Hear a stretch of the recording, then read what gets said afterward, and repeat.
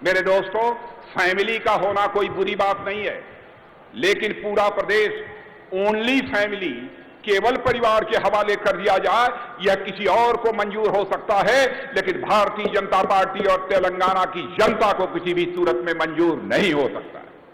ఈ రోజున ఈ యొక్క కుటుంబ పరిపాలనను ప్రజలెవరు కూడా అంగీకరించే యొక్క స్థితిలో లేరు.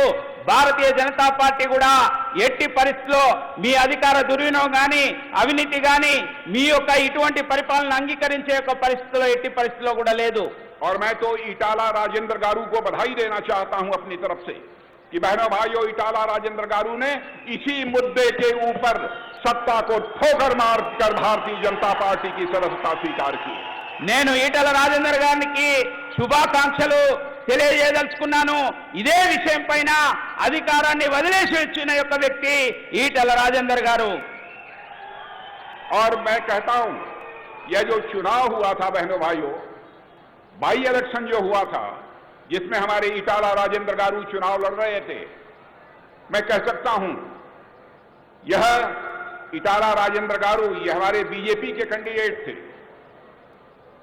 और उधर कोई बीआरएस का कोई कैंडिडेट नहीं लड़ रहा था, बल्कि ऐसा लग रहा था इतने पैसे खर्च हुए जैसा मुझे बतलाया गया, जैसे लगता था कि स्वयं केसीआर चुनाव के मैदान में हो, लेकिन हमारे इटाला राजेंद्र गारू ने उनको धूल चटा दिया और भारतीय जनता पार्टी का झंडा लहरा दिया।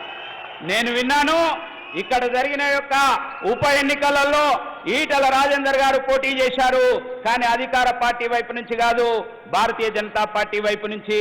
మరి ఆయన ఓడించడానికి కొన్ని వందల కోట్లు వేల కోట్లు అధికార దుర్వినియోగం చేశారు.